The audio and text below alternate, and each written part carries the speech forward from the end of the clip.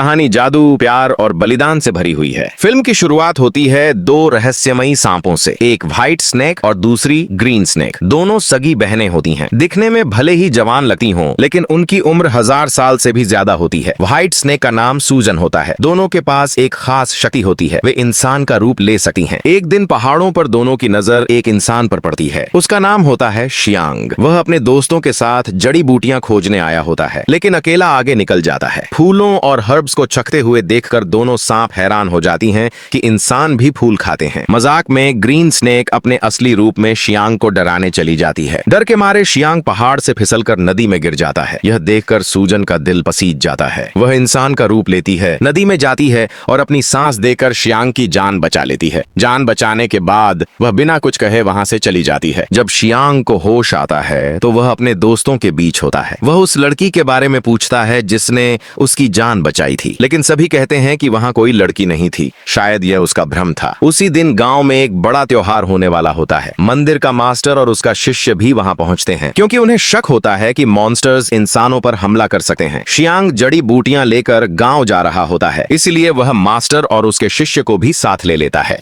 दूसरी तरफ सूजन उस पल को बार बार याद कर रही होती है जब उसने शियांग को अपनी सांस दी थी। धीरे धीरे उसे एहसास होता है कि वह शियांग से प्यार करने लगी है। वह ग्रीन स्नेक से कहती है कि वह उस इंसान से मिलना चाहती है। दोनों बहनें त्योहार में पहुंच जाती हैं। वहां ग्रीन स्नेक की मुलाकात मास्टर के शिष्य से होती है। उसे वह लड़का अच्छा लगने लगता है, लेकिन शिष्य कहता है कि वह मॉन्स्टर्स का शिकार करने आया है। उसे अंदाजा भी नहीं होता कि जिससे वह बात कर रहा है वह खुद एक मॉन्स्टर है। ग्रीन स्नेक की नजर शियांग पर पड़ती है। वह उसे बताती है कि उसकी बहन उससे प्यार करती है। शियांग मना कर देता है क्योंकि वह उसे नहीं जानता। तब ग्रीन स्नेक उसे नदी तक ले जाती है, जहां सूजन उसका इंतजार कर रही होती है। सूजन अपने दिल की बात कह देती है, मैं तुमसे प्यार करती हूँ। शियांग कहता है कि वह भी किसी से प्यार करता है जिसने उसकी जान बचाई थी। सूजन उसे पानी के अंदर ले जाकर सच्चाई दिखा देती है। अब शियांग समझ जाता है कि वही लड़की उसकी जिंदगी बचाने वाली थी। इसी दौरान मास्टर और उसका शिष्य मॉन्स्टर्स से लड़ते हैं। लड़ाई में शिष्य को एक मॉन्स्टर काट लेता है। धीरे धीरे वह खुद मॉन्स्टर बनने लगता है। अपनी हालत से परेशान होकर वह आत्महत्या करने जाता है, लेकिन ग्रीन स्नेक उसे रोक लेती है